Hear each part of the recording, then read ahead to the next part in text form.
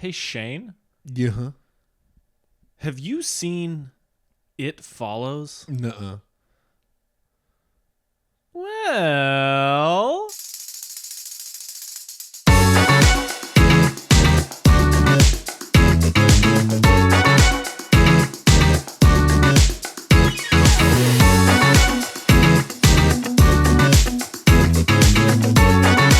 Now you have. Yeah. What a picture. Yeah. What a film. Long Legs, by the time this is out, will have been out for about a week. Yeah. Micah Monroe is in Long Legs, and this Yeah. is a movie that I love very much that she is also in. Yeah. And why won't the film industry just won't let her get a break? I know. You know what I mean? Like, just let her. Like, she's very good at this. But Yeah. man, just give her a break, man. I think she's been in one or two like not movies where terrible things are happening, like just kind of like dramas or dramedies. But like all the movies that we like know her for, they're all the scary ones. Scream Queen. Yeah. Scream Queen. Yeah. Have you seen her in other stuff? I don't think I've seen any of the other stuff that she's in, but I'm aware of. She was in the Significant Others, and then there's Watcher, The Watcher, something like that. Yeah. Which I've heard is very good, and I want to watch that one. Yeah, I've heard that was good too. There was much debate on what we should watch for Long Legs related things because we were talking about watching Watcher. Yeah. And then you were like, well, I really want to see It Follows. And I was like, really wanted to watch it. They're making a sequel to It Follows. Yeah. Should we wait? Called They Follow, which frankly, I love that. That's awesome. Yeah, I don't know what that movie will be. That'll be interesting. But we'll talk about that. Yeah. But so we decided to land on this one because it's one I've wanted to show you. It's one I was waiting because the theme of this year's Halloween spooky month is just movies that will make you freak out. Hell yeah. Is what I'm going for. Last year it was like horror through the decades. This year I just want to try to scare you. Oh God, no. And I'll say this: They Follow, super creepy. Didn't freak me out. It Follows didn't freak you out. Nah. There were 5 or 6 times you went, what the fuck? Okay, I mean, yeah, but like, it didn't like freak me out. You know what I mean? Like, no, I don't. I don't know. It didn't. The fear. When I say freak me out, I'm thinking that the fear of the movie like really sticks to me. Oh, when it's okay. like, and like the fear of it didn't. And don't get me wrong, this is not a slight on the movie in any way, shape, or form. Because I still really liked it. It just didn't like stick with me all that much in terms of the fear. And the what is an example of a movie that did stick with you after you watched it? Because some people aren't that way. Some people like walk out of these movies and like, whatever. And I'm that way most of the time, but then occasionally there's one or two that I'm like, fuck. I am also that way most of the time. I'm struggling to think of one. I know they exist. The Blair Witch Project. Yeah. I don't know why. That like because it's scary as hell. It's scary as hell, dude. It's so that one really stuck with me in a way that I was not expecting. For like kind of different reasons, but also very similar reasons. Skinamarink. Yeah. Like that one. Well, I have wanted to rewatch it, even though I hated the experience of watching it so bad. You can control it a little more in your house. Oh, 100%. And I really want to rewatch that one. Just to see how much of it was just the theater going experience and how much of it is like the actual movie. That is the definition of a movie I appreciate. Yeah. But I kind of don't like in any way. Like I just don't like that movie. And that's part of the thing that I find fascinating is like I also hated watching it. Yeah. But I can't stop thinking about it. Yeah. From the perspective of like a movie, I think it's actually pretty important. Like it's one of the most profitable independent movies ever, I think. Like shot it for like $5,000, $10,000, something crazy tiny. Yeah. Because there's no one in it. It's toys and a video that is in public domain and 2 kids, and then like just finding a way to shoot a door disappear, which is just you turn to a different whatever. You know what I mean? It's like there's no like effects in it. The only thing is like some of the blood effects, which you just throw a rug down and dribble blood from above the camera. Like, it's not hard. And then loop that same shot 6 times. It is 6 times in a row. Yeah, to drive the audience members crazy. Yeah. That one stuck with me pretty good. Hereditary really fucked me up. That was the first horror movie I saw in theaters, though, so that was kind of the reason. Even though I do think Hereditary is scarier than some people think it is. Yeah. Me.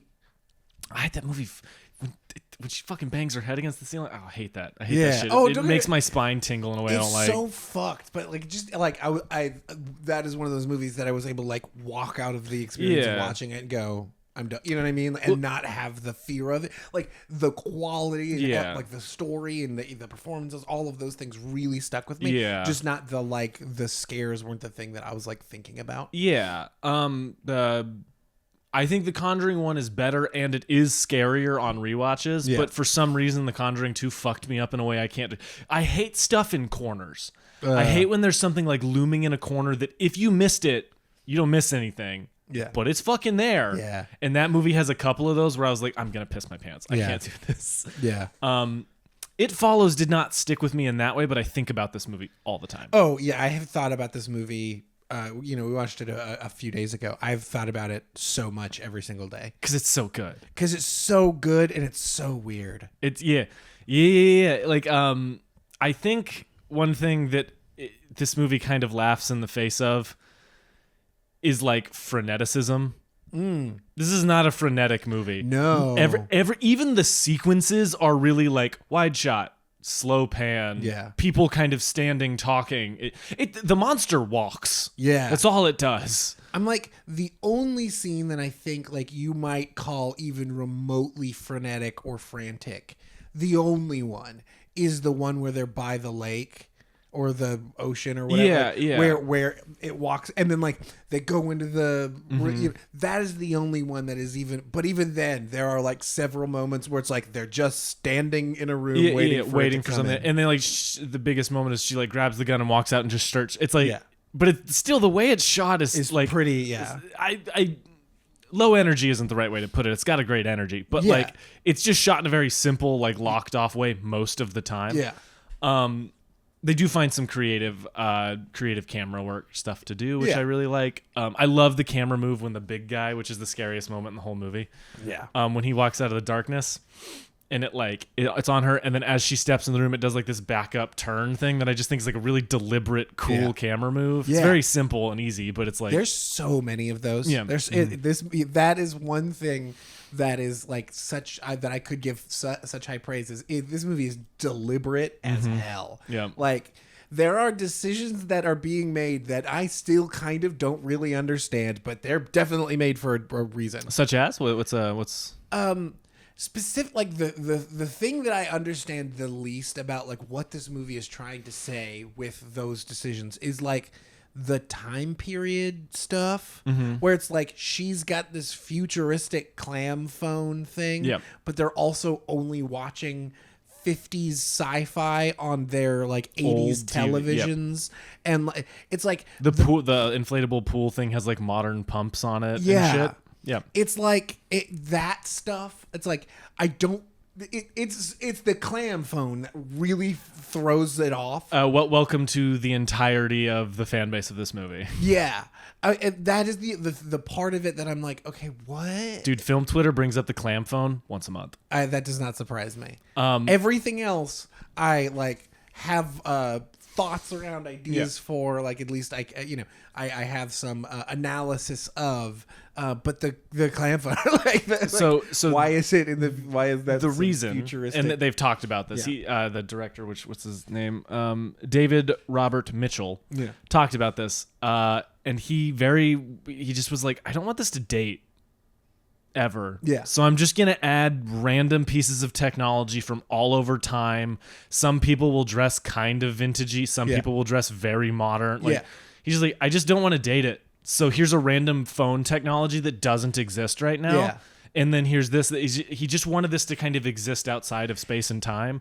But I love that. To me, that is such a weird detail of this movie that never has to be explained. But whenever you hear somebody say it, you're like, what a fascinating choice. Yeah. I like that. The only, like, I feel like that still the idea of like placing it outside of time, like not really putting it in a time or a place is like, you could have just given her a book. You know what I mean? But I like that it's a clam phone. Like it's such a dumb, weird piece of technology. Yeah. It's like the pear phone from all the Nickelodeon shows. Yeah, I forgot about that. Like what? Yeah. Like to me, like it is as an element is like, especially when I'm like trying to think about analyzing it, it is almost in a way distracting. where it's like if the point is to like make it like to Yeah. set it outside of like a specific time period, I feel like all of those other decisions of what they're watching, what they're wearing, what they're driving, where they are, all of those decisions I still think work really well.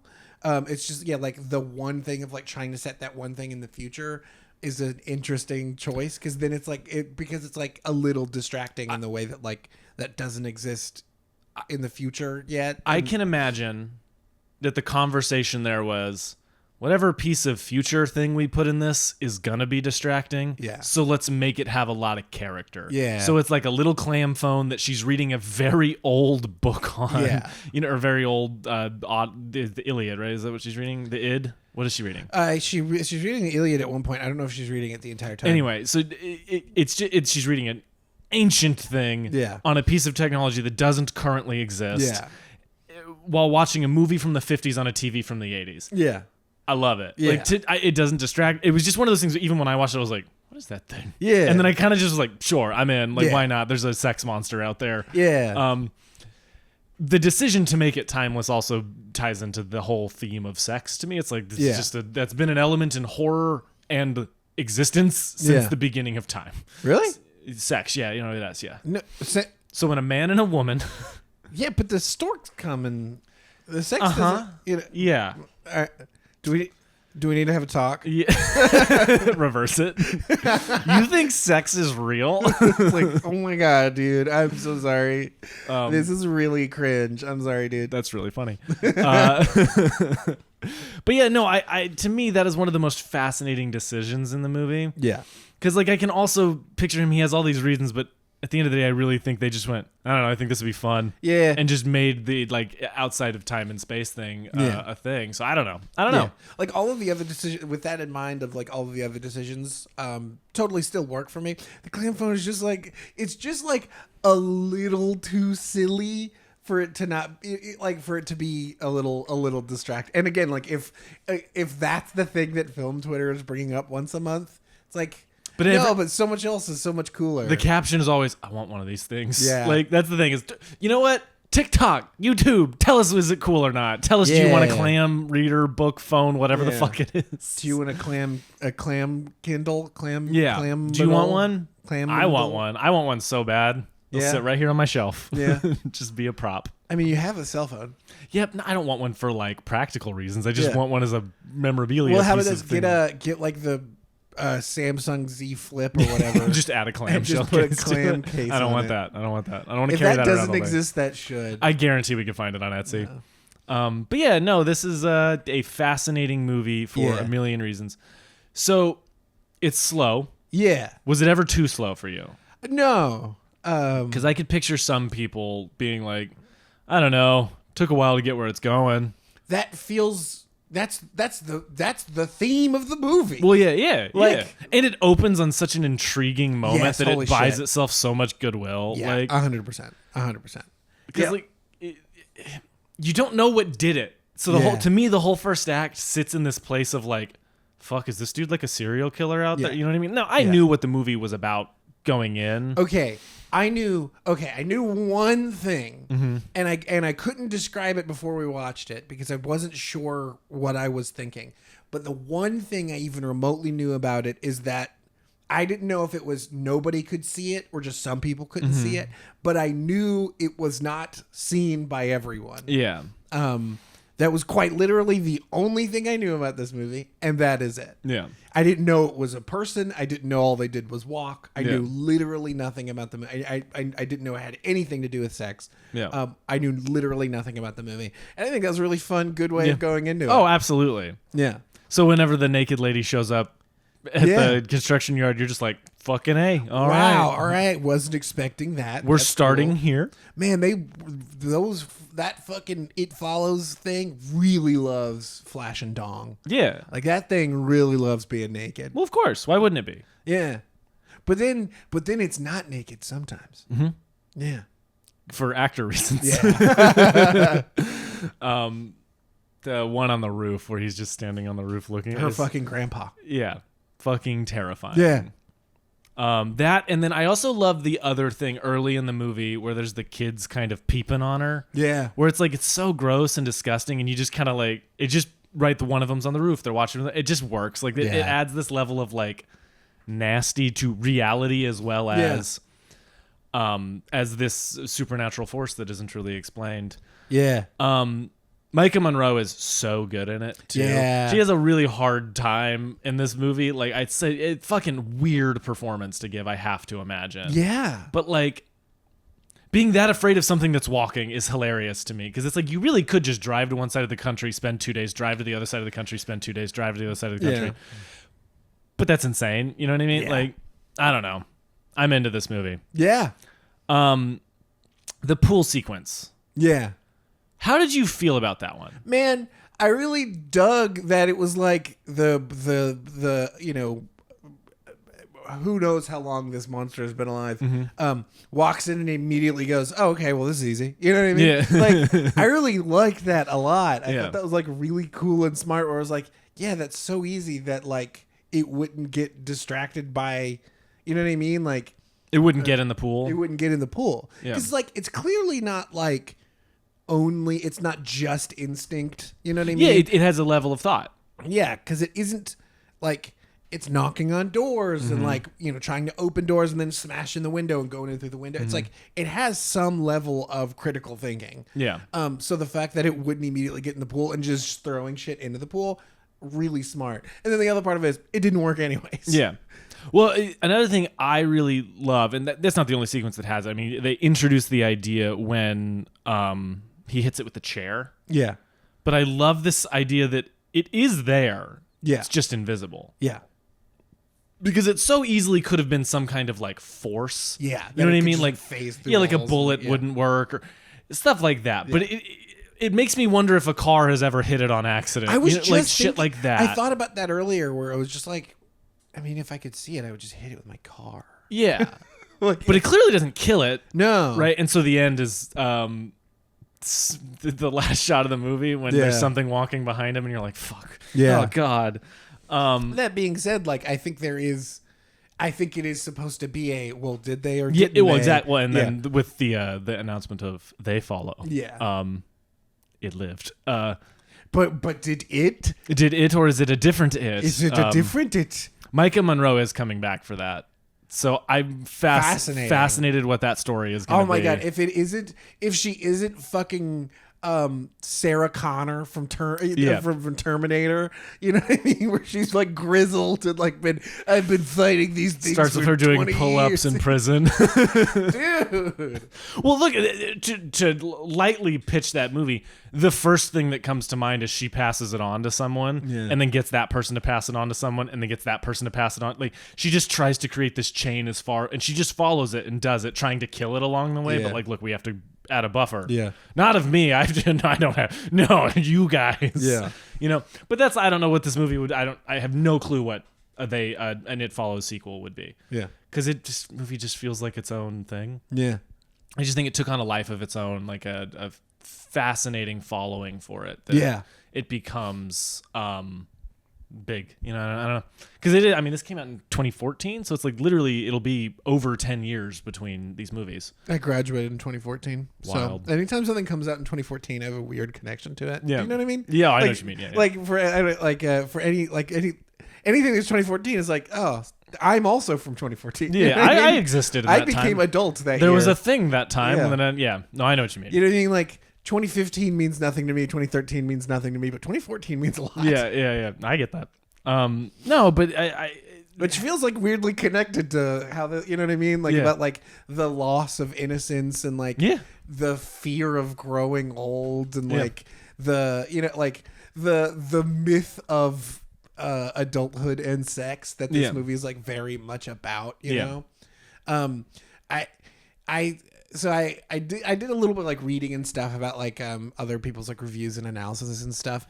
And this movie is like not about STDs. Like, is it not? no, like it kind of is, but it kind of isn't. Where it's like I feel like it's so much more about like learning, like the myth of adulthood, the myth of sex, the myth of your first time having sex, and like losing that innocence and Yeah. being like, because like if it was like really about STDs, I feel like the parents would be different. You know what I mean? Because like it's so much about like the parents being this like hollow, like they're always in the background. They're always you never like a unimportant. clear shot of them, And they they're never like really. And so it's like it's so much more about like this like being on the precipice of adulthood and like these myths of sex and love that are just completely demystified by the truth of what the world really is. Yeah. And like I think it's more about like,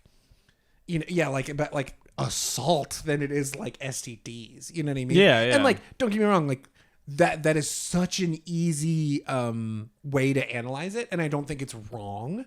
Yeah. But like, I think it's about so much more than that. You know, in a way that I really love, in a way that I think is really cool. Like when I first watched it, I was really confused about like the connection to like Detroit. I was like, why? What? Because like, you know, we were told that we should never go past 8 Mile. Like, you know, it's where the suburbs turn into the city, and I never really understood. It's like even that is like talking about like this childlike misunderstanding of what the world is really like. It's like, how do you connect that to STDs? I don't really know, but if you can connect that to adulthood and you know, the lies your parents tell you and the lies that society tells you about what the future is going to be like, I think it makes a lot more sense. Yeah. Look, I don't think the STD connection is incorrect. Oh, don't get me wrong. I think it's using the fear of something like that, which is a utilized tool by society to prevent whatever these things, right? Yeah. Abstinence or whatever you want to call it, right? Whatever state you live in. Or every state in the US. Yeah. It's taking the physical idea of that, playing with the themes of, like you're saying, adulthood. Yeah. Like you're a child or just turned adult's perception of how the world works, and the harsh reality that isn't what it is. Yeah. You know what I mean? Like, because is it clear that this is her first time in the movie? I mean, it's like implied because she has that little moment where she's like talking about it. But I couldn't remember if it was like they outright say it or not. Yeah. I don't think they ever outright say it, but I think that is like what they're saying. Because I don't think it's the douchey guy across the street.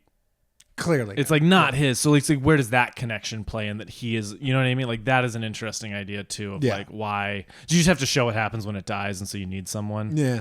I don't know. Yeah, like there's so many layers to this movie. Yeah. Like which I really appreciate. There's so many different ways of reading how and why and what everything is there for. You know what I mean? And again, clearly everything is so considered. Yeah. And like the movie that what's his name? David Robert Mitchell. The movie he made before this was like a coming of age Mm-hmm. movie too, about like a bunch of teenagers like wanting to like have their first time but deciding not to. Yeah. Like they want to be a kid a little bit longer. And then this movie is such a parallel of that, of like, well, you're a fucking adult now. And you did it, and now you're going to be haunted. And now you're for it. screwed. Yeah. That's fascinating. I didn't know that was his first movie. I want to watch that. That sounds and then his next movie is Under the Silver Lake with Andrew Garfield. Okay, fascinating. Have you seen that? No, I have not. I heard it was good. I've heard it's good. Yeah. I've heard it's pretty divisive, I think. Yeah. I think some people love it, some people are not as into it. I don't know. And I think there's like thematic connections that could be made in terms of this kind of like storyline of his filmography. But it is a little less connected than than his first one and this one. Yeah. That's fascinating. So I that's one of my favorite things about like tracking directors through their careers is you're like Matt Reeves. Yeah. If you had to do you know what his first movie was?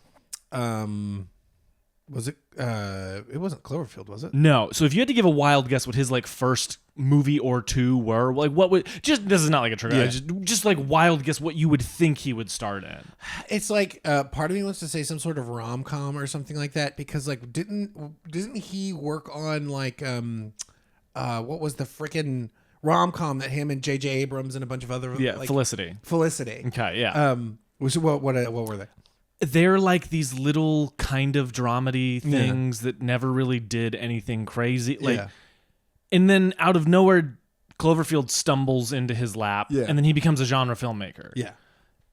It's so random to me, like how these guys, and then he makes some of the best genre movies in the last 2 decades. Yeah. You know, it's like it is insane what he's doing. Like I don't even. You just yeah. Between Dawn of the Planet of the Apes and the Batman, you're like, fuck. Man. Like, he made the best Planet of the Apes movie and the best Batman movie. It's like, and one of the best found footage movies. Yeah, And, you know what I mean? Like, yes. It is a really, really fascinating to track people's careers in that way. We talked about doing a podcast. Did he work about it. on Felicity? Yeah, I think so. Right. I know J.J. Abrams. I think he just directed. I don't think he was like a showrunner on it. I think he just knew those guys. They're like, come direct a couple episodes. Yeah. I think that's what it was. Yeah. It just is a fascinating thing. And then you have guys like this who so clearly had a thought. You know, what's his name? Cooper Raiff. He directed Shithouse and Cha Cha Real Smooth. I was telling you about those. And he has another movie, and all three feel very like similar tonally and about being a certain age at a certain time. You know what I mean? Like they're all different movies about different things, but like the core emotions feel like they're all the same thing. Yeah. Fascinating to me, because then you get other directors. I cannot remember her name. She made that movie with Zoe Deutsch. It's on Hulu. And it's about like a fake influencer who fakes being in Paris when a terrorist attack happens. Oh, whatever. When I was in school, they did a thing called Emily in Paris. No, they that was just my guess. Anyway, doesn't matter. Look up that movie. That movie's pretty good. Yeah. But we did a thing in college called Cineskype, and the movie she made, and she did it, and we watched the movie and had a Q&A with her. Oh, sick. Very, very cool thing. One of the coolest ones was, I think, the director of Borg versus McEnroe, which is a really cool tennis movie. He did it. But anyway, her first movie is this like itty bitty tiny movie called Blame, I think, that's like just The Crucible. Yeah. But in high school and like a little whatever. We love. And it's like, it's fine. It's like a fine little movie. And then that next movie, when I found out she was directing that other one, I was like, how did that happen? These are so different. Yeah. I don't know. It's just a fascination of mine to be like, you made these? Like, but that's my favorite. That's the kind of director I want to be. I want to be like James Mangold, where he's just kind of like, yeah, I'll make a Western. Yeah. Yeah, I'll make a car movie. Yeah. Yeah, I'll make an Indiana Jones movie. The difference between like a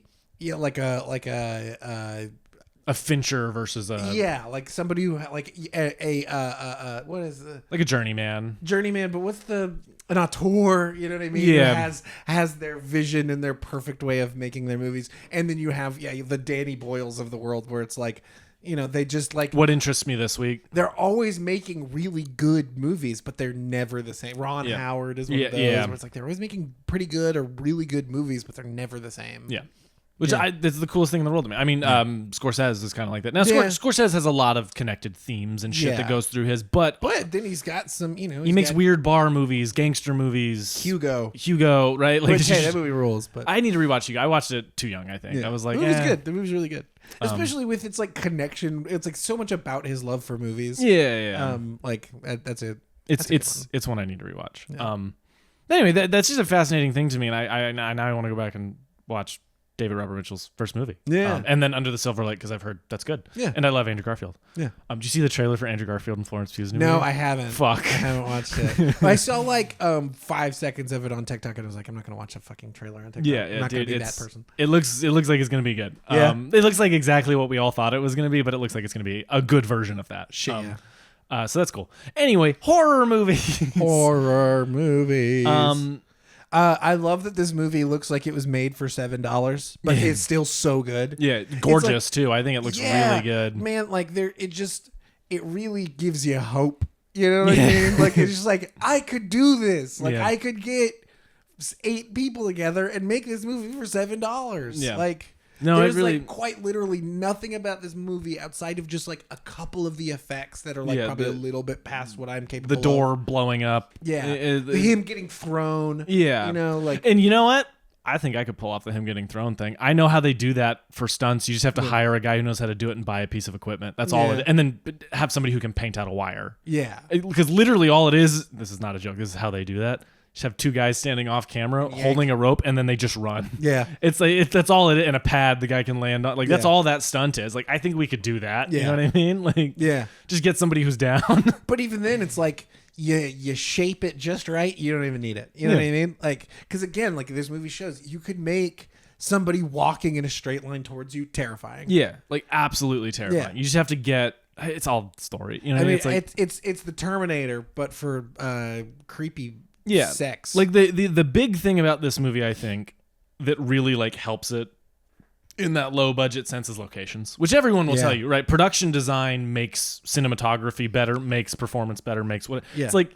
It makes it all look more like the theater is a really cool looking weird set. Yeah. The pool, the house is really weird. Yeah. The lake house, the weird like destroyed construction site. Yeah.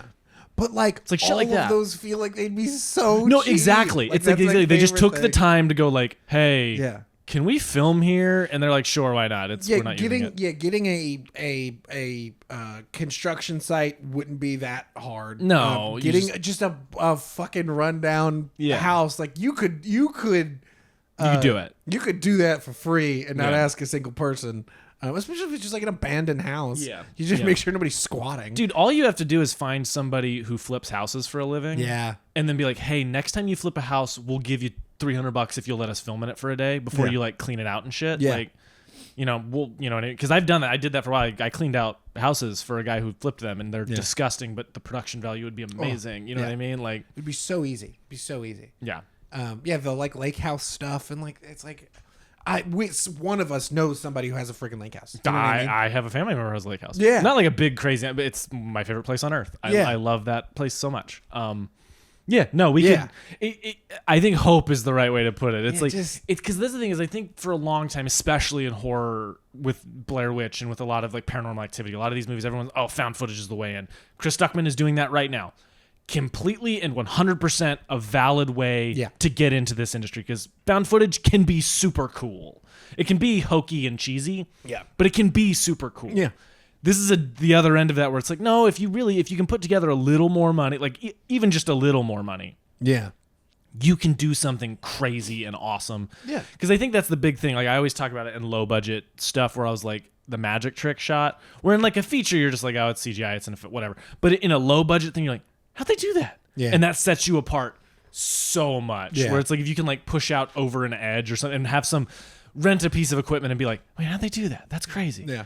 It makes you seem so much more professional. And this movie has a lot of those. You know what I mean? This movie employs a thing that usually bothers the shit out of me. Is it the snorri cam? Yeah, but it worked. Yeah. I liked it. It's one scene and it's not strapped to a body. It's strapped to a chair. And it takes so long to show its hand because she's just sitting in the chair for so long, and then out of nowhere she starts shaking and the camera moves weird, and I was like, but I like that the camera moves weird. Yeah. It's like when he's like turning her and moving her, you could tell they were like, okay, we have this location for a day. We can't fuck around. Put the camera there. We're going to walk around. We're going to have another one. It was so good. It's so good. I liked it so much. It's so good. Usually it bothers me when a camera is connected to somebody's body or connected usually just connected to somebody's in something body. that moves too much. Like when it's a car and they're drifting to a stop, it's fine. Doesn't bother me. But when it's it's like their body, or if it's just too close to them in a weird way, it bothers me. I don't know why, because it just feels very unnatural. It feels very like like one that has bothered me, and we're gonna bringing up Batman, so I apologize. Yeah, it's where it's connected to his head while he's flying. Trust me, that's my least favorite shot in the whole movie. Yeah, I understand his reasoning for doing it makes a lot of sense. Yeah, because you do have to get in his face, and it's hard to do that without having a digital camera move of some kind. Right. But to me, I'm also more into the shot from inside where it whips past all that stuff is way better. Yes. But I understand. I completely understand the decision to do it. Yeah, it's just it does pull you out a bit. Usually those shots kind of bother me. Have you seen any of the stuff from the new Bad Boy movie? No. It is. Oh, I've seen like a behind the scenes shot of where it's connected to the gun. And Will Smith is camera opping. Yeah. And that one is cool. Yeah. Because it's intentionally drawing attention to itself. Yes. Like it's not trying to be immersive or it's like it's going, no, we're attached to a gun. In a movie like Bad Boys, it what is the word I'm looking for? believability. Suspension of disbelief. The suspension of disbelief is already so much like higher because like it's a silly movie where it's a buddy comedy. Yeah, it's a, you know what I mean. So it's like that bothers me so much less. Yeah, than a movie like this where it's like really grounded and really serious. Everything else about the camera work is so grounded. But that totally works for me because again, like it isn't like connected to her head or her face or her body. It's like connected to the thing, and it kind of comes out of nowhere in a way that I really like. That was the thing that I really liked about it. Is it just played it's slow played it so long. Yeah, it worked really well. Well, another thing in this movie that I just absolutely adore is like exemplified in the one scene in the hallway when she like leaves class. Yeah. And she runs through the middle of those two people and they're like, and then the other person just walks through the middle and they don't know. It's like, dude, there's no better way to just be like established. This is how it works. Yes. It's, because he explains the rules to her in that moment. Yeah. But you also, part of you at that point in the movie could be like, they're fucking, this is a plan. They're fucking with her. They're trying to do some weird occult shit. Yeah. And then that goes, nope, I think this might be real. Fuck. It's real. And it's real. The movie has a lot of those where it's like you don't quite know the rules and then you do know the rules. You know what I mean? I love shit like that. Like the visual storytelling of it, but the way it's doled out across the movie really works for me. I don't think I can think of I'm sure there are examples, but I don't think I can think of a single movie that has employed the use of a pan better than this movie. Yeah. This movie pans better than any movie I've ever seen. Yeah. You know what I mean? You get a couple of those like 360 revolving shots. Yeah. Where it's like, damn, that was sick as shit. Yeah. Where it's like, we see, and every second of that shot is telling part of the story. Yeah. Like even when it's like just looking down a hallway and seeing people. It's the one where, they break the window in her house and he's like, there's nothing there. And he goes and then she hears something. And so she like, and all it does is just, and you're like, fuck me. Yeah. God damn it. Like, it's so good. When they're going to the school to find his name, and it's like in the hallway, and like we can see them in the other room, and then we pan and we see the person just like slowly walking. Yeah. And then we're turning and we see other like members of the school, and then like we see, and they're like still talking to the person, and we turn again. It's like, it's still walking. It's even closer. It's like, oh, those moments are so good. It's so tense. Like, oh. It is a fantastic, because pans are in cheaper, not cheaper, but like less planned things are often just dead space. Like you're just looking at nothing. Like, and you're exactly right. They use it to be like, oh fuck, pan back. Oh fuck. Even when you can't see something, you know something is there. Yeah, it's like it's the Jaws. It's like it's so scary when you can't see it. Or you see they just a lot in this movie will just put people in the background of scenes walking, and you're like, fuck, is that it? Yeah, and then it's not sometimes, and then it is, and then it's not, and then they use the one on the beach where you see him walking and no one else says anything and you're sitting there like, oh God, the last time this happened, it was someone. So is someone just not pointing out the fact that they see someone? Do they not see? And then it happens, and that was one of the grossest things. And the hair just goes up. Oh, I hate it. And she's just like trying to like put it down. You know what I mean? Like she's like so absent-mindedly, just like, oh my, wind. Yeah, or and then gets lifted off her feet. And it is fucking so good, dude. This movie rules. Good movie. Music. That's the other thing I really want to. The music is so good. Yeah. Oh, dude, I listen to the score all the time. It really, again, it intensifies that like childhood nostalgia factor of it. It's got kind of like a kind of thing, but then it also the opening one heals the track heals on it. So fucking good. Yeah. Which that, by the way, I just talk about how to open a movie, right? Yeah. I've been doing like a lot of just like research on like how people pitch things and how people sell right? And everyone's like, look, it comes down to a couple things. You have to have a good log line. Yeah. And I can imagine the log line of this movie is probably fantastic. I'll look it up later. You have to then kind of explain the story. Yeah. Kind of like you're essentially like you're talking to somebody. It's how everyone says like, oh yeah, it's this movie. And then this woman runs out and she's running and you can't see what she's afraid of. And it just pans around and she runs inside, gets her keys, and drives off to a lake and just sits there. And then hard cut to her body, right? It's like you're just like talking to somebody about a movie, trying to get them to make it. Then you have to do all the but they say the first 10 minutes of your screenplay are the most integral part of it. Because if you can get somebody to be like interested in 10 pages, they'll likely read the rest of it. Yeah. Just because they're like, well, I want to know what happens. Yeah. Right? So if you can get your inciting incident or whatever on those first 10 pages, which this movie doesn't do, the first act doesn't end in the first 10 pages. Yeah. But it establishes the danger and it leaves so many questions where if you to walk away from that first thing, that first scene with her body, and then cut it, and then just turn it off. I couldn't live with myself. Yeah. I'd be like, what the fuck happened? Yeah. It plants this seed in you. It's in such a way that few movies do. It perfectly sets up everything. Yeah. Oh, yeah. It's like the like, you know, because her dad wants. And he's like, what's wrong? Yeah. It's like the distrust of her family. You know what I mean? Like, because like, you know, obviously she knows that she sees the thing and he is not the thing, but like, and her running in heels is a weirdly important note to me. Yeah. Oh, it's so good. I looked at the first couple pages of the script, and it's pointed out. She's like in red clogs or whatever they call them, whatever the word they use, but it's like pointed out. Yeah. And it just everything about that goes. You're in a hurry. You're running, and you're in heels. Yeah. What the fuck is chasing you that you're like you can't? And right? you're running in this weird circle around the house. Oh, like, again, the pan. Yeah. It just. It makes so no good. sense when you're watching it, and later you're like, "Oh, she's trying to get distance so she can run." It so smart, tastic, dude. Very good. It's like that. It feels like I would love to know, like, if that truly was there the entire time, or if it was just like, oh man, we need to add a scene at the beginning. I think it was because I think I found the shooting script, right, and it was the opening of it was this because like it there's a world where I could see it being attached later. And they're watching a cut, and they give them an extra $10,000 to go just film something. Just give me a different kind of opening, because it's just opening on. Yeah, we don't really know what the stakes are yet. Like, well, it's Smile, which I know you didn't see, and that'll probably be one of the Halloween ones because I want to revisit it.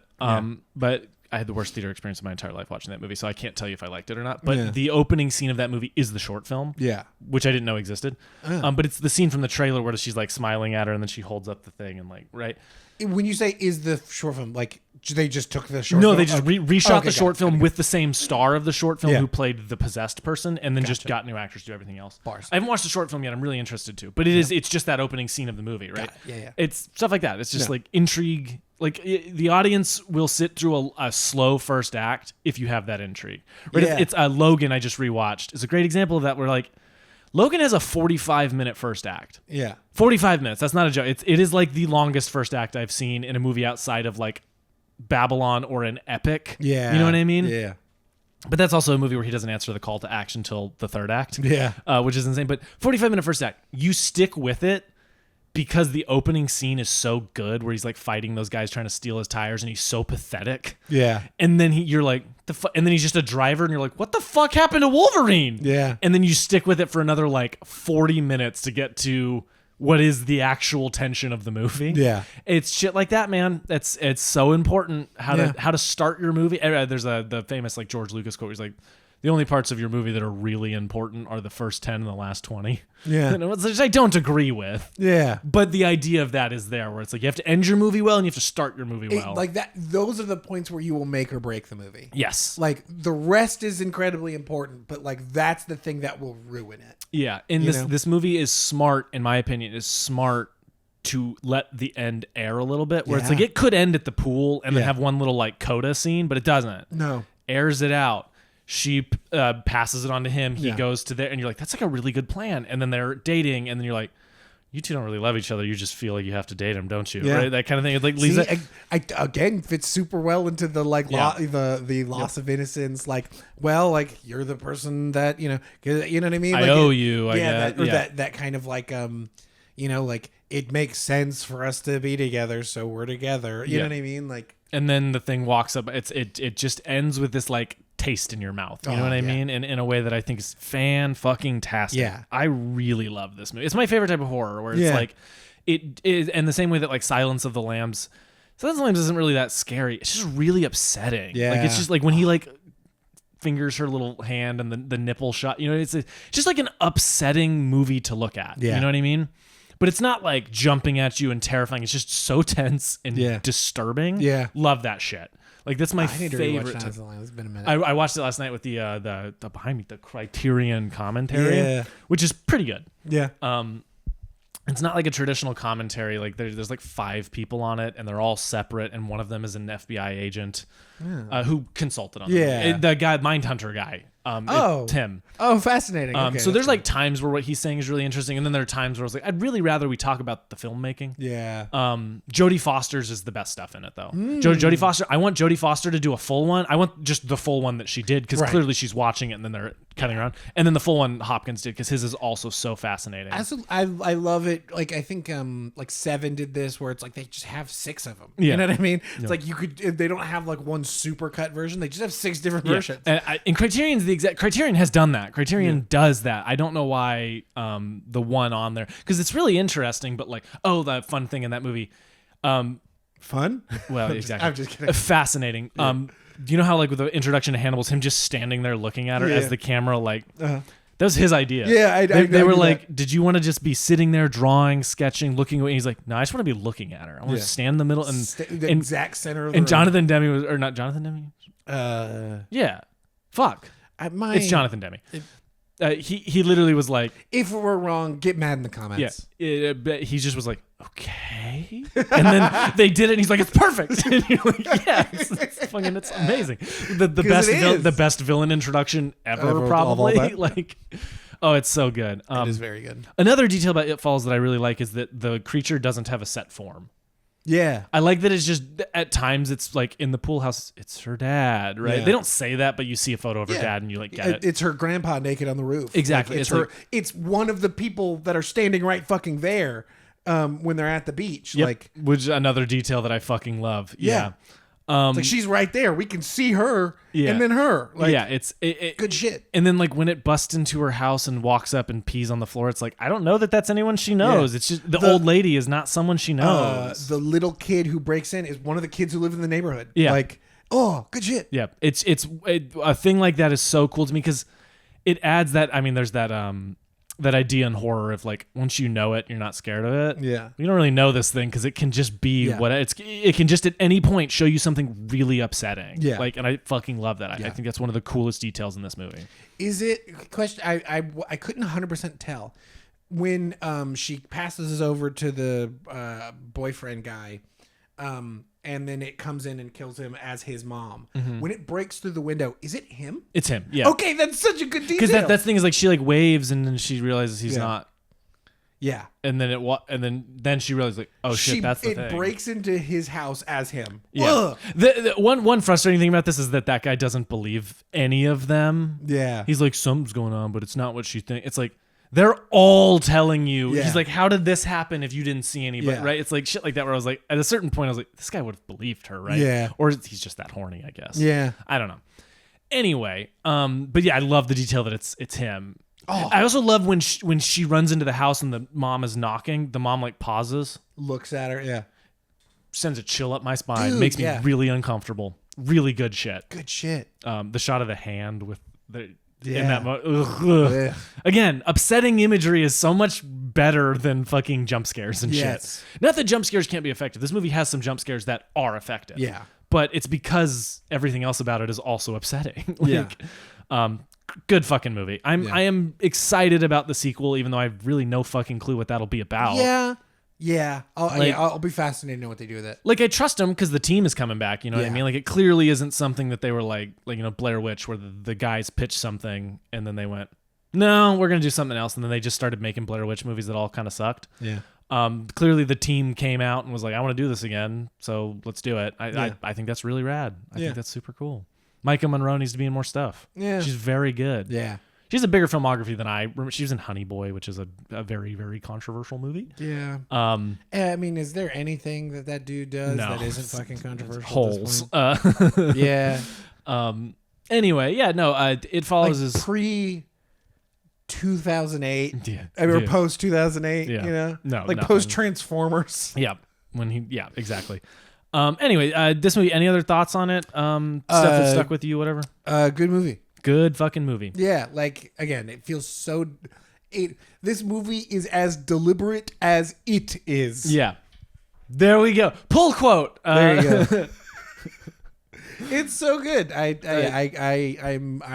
am glad that I forced you into us watching this. Hey, man, I've shown multiple people this movie. I have watched it 5 or 6 times. Like, it's one that I really come back to whenever I like come up with ideas and stuff. I was like, oh, it's kind of like It Follows. Yeah. Like it's got that vibe, you know. Yeah.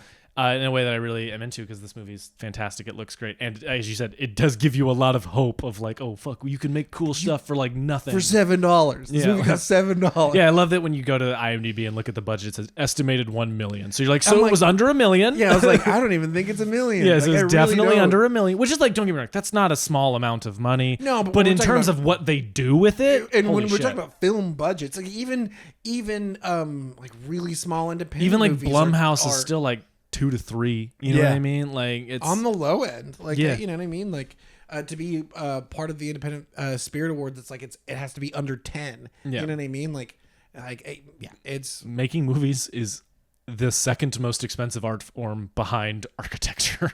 Like it's insane. Fascinating. Yeah, I mean, can you think of any else that? I mean, that's an interesting way of looking at it. I guess it depends. Well, that's such an interesting way of Yeah. looking at it. Because, like, I wonder how the numbers shake out on that. Actually, is that true? Is that, I believe so. Yeah. Oh, fascinating. Because I mean, a building cost hundreds of millions, if not $1 billion, to me. You know what I mean? Boy, we're talking skyscrapers. But if we're talking a house, you know what I Yeah. mean? Like a I super- think it's across the board. Yeah. You know what I mean? Like, See, but then when we get into it, it's like, yeah, but like not all skyscrapers, not all houses are art in any way. Shape, oh no, or form, you know what I mean? exactly. Like, I but then think you get those. Then you I think get what they're the talking about are the Yeah. like artistic endeavors, Yeah. the yeah. pantheons, the Yeah. fucking Fast. columns. That's such and an shit. interesting. But then you also have to think of Yeah, I know, right, it's, yeah. and it's so interesting. It's a rabbit hole. That is a huge rabbit hole. That's really interesting. Because I love architecture. I'm a huge architecture guy. Anyway, I don't know if I have anything else to talk about other No, than I I don't just think so really, really love this movie. Movie rules. B segment. B segment. I don't really have like a structured game like I usually do. What I do have is, all right, what would you do? In this situation? Yeah. Okay, so Ethan, when I first watched it, I watched it with Ethan. Yeah. And him and I would sit there and we were super invested, but we'd be like, what if you do this? Yeah. Like, would this work? Like, would Yeah. this actually, yeah, right? Because it would, Yeah. And then we would see what happened. We would like tense into ourselves and Yeah. then we would go back to being like, what would happen? I have no idea. Because to me, the end when he goes to the sex workers, like Yeah. that seems like the smartest strategy Yeah. because you give it to them. Yeah. Hopefully there's enough time for them to give it to somebody else, and hopefully that's the type of person who will give it to somebody else, Yeah. and then that person, die. And then when it gets back to the sex worker, she's then giving it to someone else. Yeah. Hopefully that creates a situation where it's pretty self-sustaining. Yeah. Where it spreads really fast. Yeah. Yeah. Because also the hope is that if somebody's driving to a sex worker, they're probably driving from pretty far because they don't want to get caught. Yeah. So it's hopefully they leave that, go that way, it walks that way. They give it, I mean, it's like eventually it'll catch up to it, but that seems like a good plan. Yeah. Like, I don't know. Do you have a strategy? Like if you weren't trying to spread it, if your goal was to always be on the run from it, Yeah. what's your take? Because like that's the thing is like, this movie is so cynical in that view of like, well, you gotta give it. You know what I mean? Oh, Like, yeah. It's like you just gotta. Yeah. Well, but I will say this: she holds out for a long Don't get me time. wrong. You know That's what I not mean? Like, me looking down on Yeah, any of yeah. the decisions because like it's like what do you do at a certain point? Yeah. Trains seem like a really good idea. Yeah, because I you mean- can like sleep on trains and shit.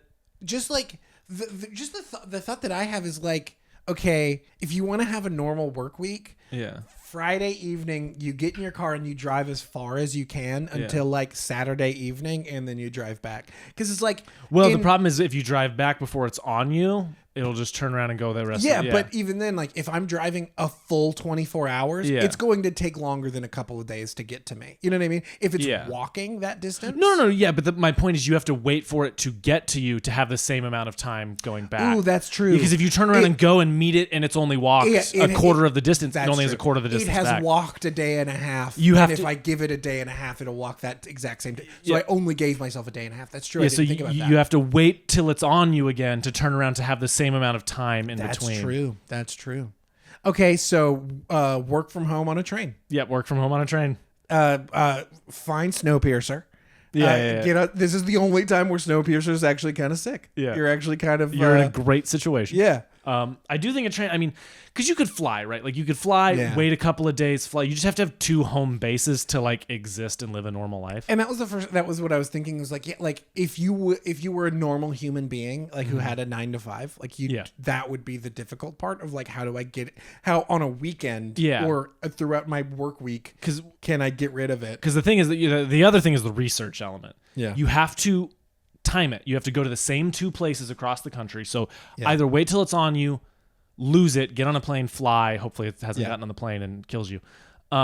Get there, time it. Yeah. Wait till it whenever you land, click your timer. Yeah. You have, and then whenever you see it again, get on a plane. You have that long, and then wait for it to get back, and then you can catalog. Okay, I need to leave at this time. Yeah. To keep it perpetually going, and then you have to give it like a day less and see how long it takes. You have to time this thing real specifically. The other thing that I'd be fascinated to know is like, well, the other thing that I really think is not decided is like, can it swim? Oh yeah, like, I was gonna say, what if you're on an island? Yeah, what if you go to Rhode Island? What if you're just there? Now, eventually it'll get on a boat.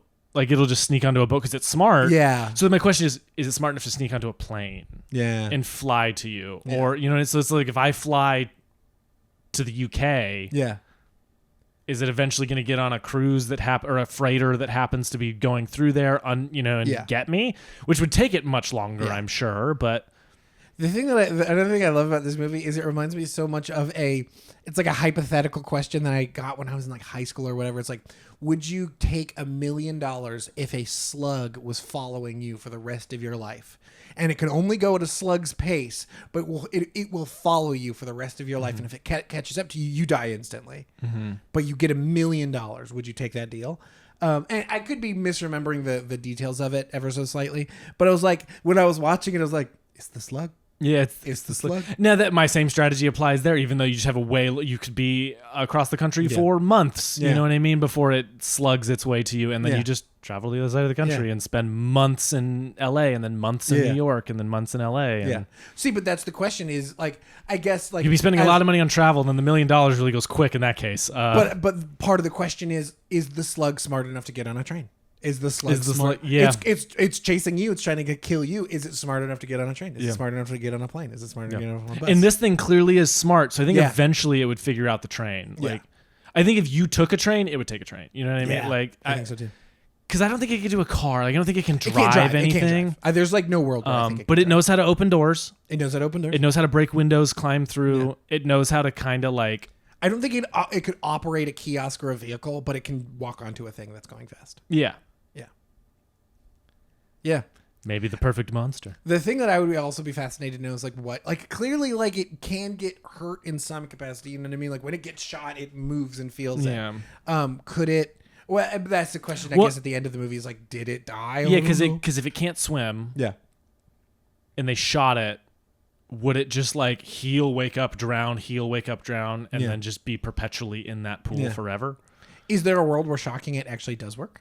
I bet it would. Like if a bullet can kill it or temporarily put it down. Yeah. Maybe. Like what if you just perpetually had it in a water tank just shocking it? Would it just be there forever? Or would eventually that all short out and it just walk out because it's so strong? What if you turn into a serial killer and you really get off on the idea of murdering it over and over again? Yeah. You know, you're like Dexter or whatever, where it's like I'm a serial killer, but I only serial killers. Have you ever... Oh my God! Have you ever heard of it's a short film. I'll try to find it. I'm gonna butcher the name because it's ridiculous by nature. It's The Incredibly Slow Death by the horrendously ineffective weapon. The Spoon. Where it's just dude.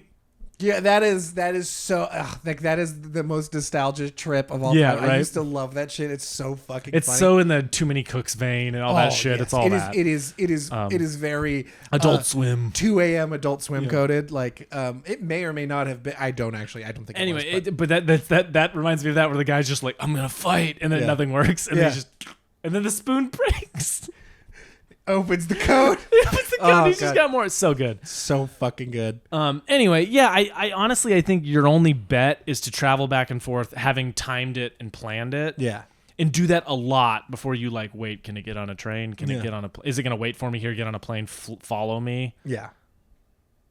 Does it understand plane schedules? Yeah. You know what I mean? Can it operate and get on the right plane if it's not on your plane? Can it wait in a queue at the airport? Yeah, like, oh god, that's so can it walk through security? Because it's physical. It can't bump into other people. That's true. So I don't know.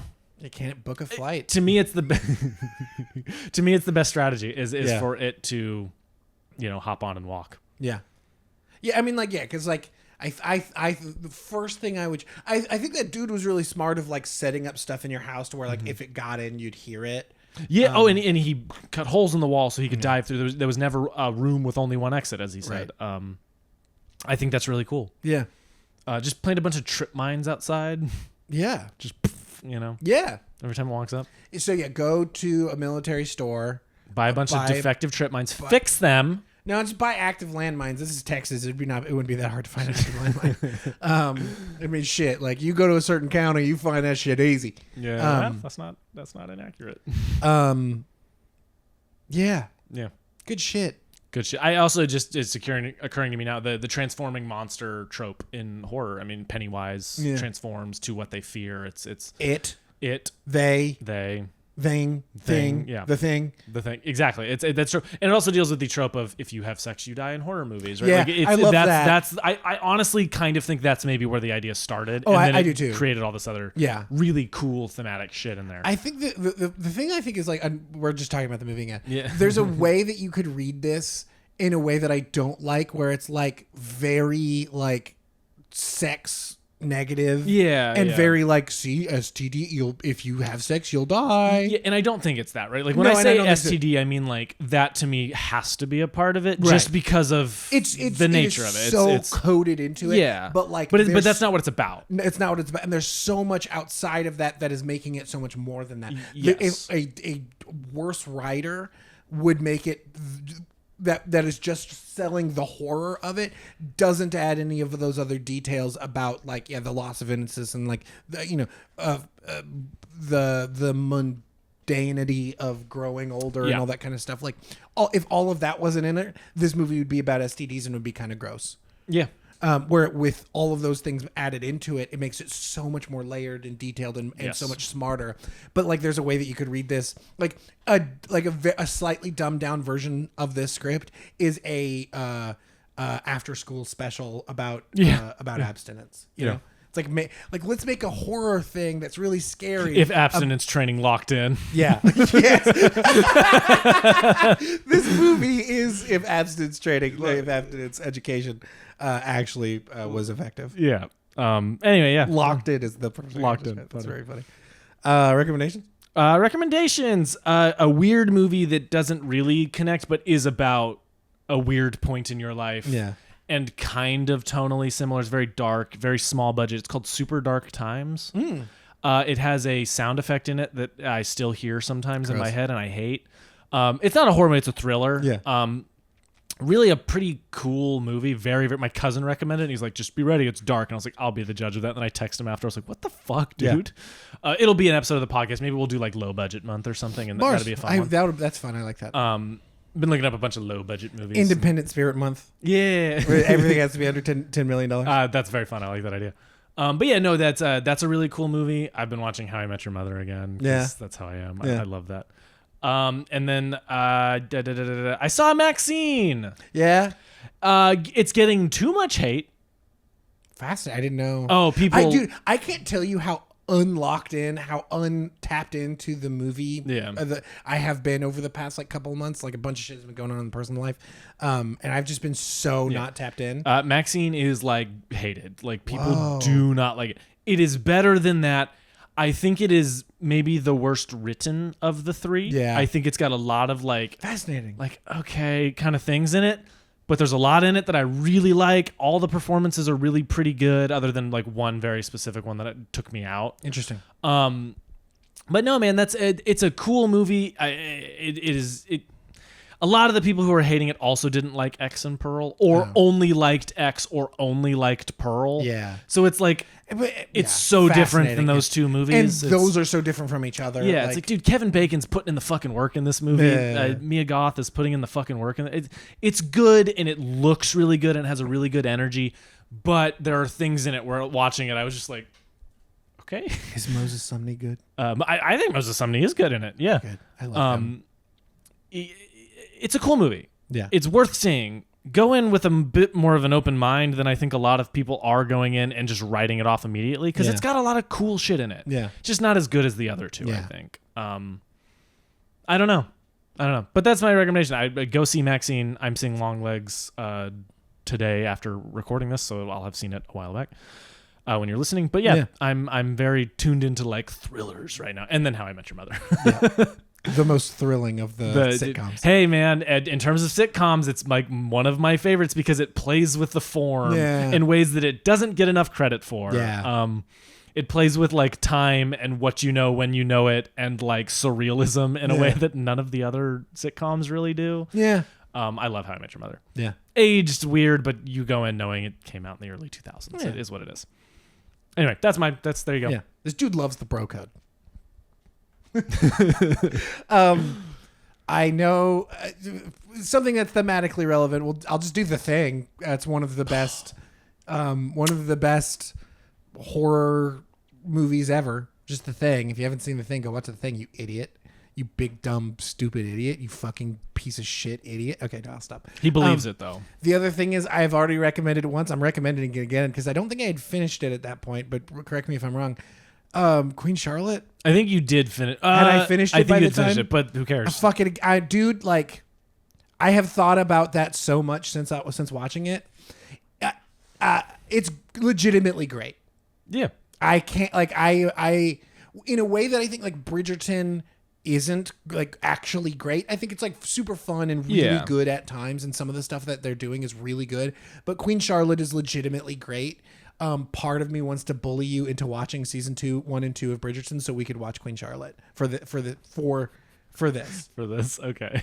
Because like that is the one thing that I actually dislike about Queen Charlotte a little bit, is the fact that you really do have to see season 1 and 2 of Bridgerton to watch Queen Charlotte, even though it's a prequel. Yeah. It's like part of me wants to like make you watch Queen Charlotte and just explain the things that happen in season 1 and 2, or just explain the characters that are in Queen Charlotte, that are in season 1 and 2 of Bridgerton, because it is like wild how actually very, very, very good it is. Yeah. It is like, like as far as like love stories, like romance television or romance media, it is so fucking good. Yeah. And is like leaps and bounds better than the rest of Bridgerton in a way that's like like, I could understand if the writing is that much better because Julia Quinn did not write the book. Shonda Rhimes just was like, I want to do a Queen Charlotte show, so I'm just going to do a Queen Charlotte show. Yeah. And then since then, Shonda Rhimes and Julia Quinn wrote the book based on the series. That's funny.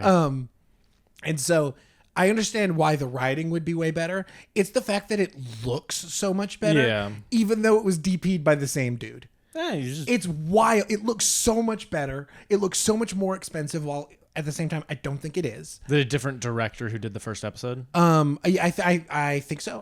I bet you that's what it was. Whoever set the look for it. Oh god, it looks so good. It looks like a movie in a way that the Bridgerton show looks like a really good looking CW show. Okay.